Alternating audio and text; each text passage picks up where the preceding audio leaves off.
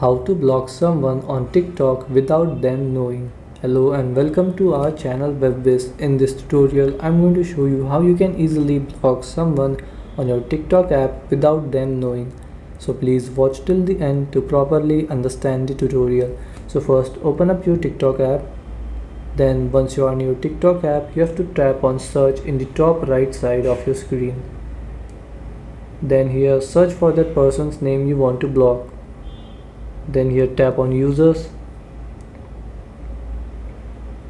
and from this list open that person's profile.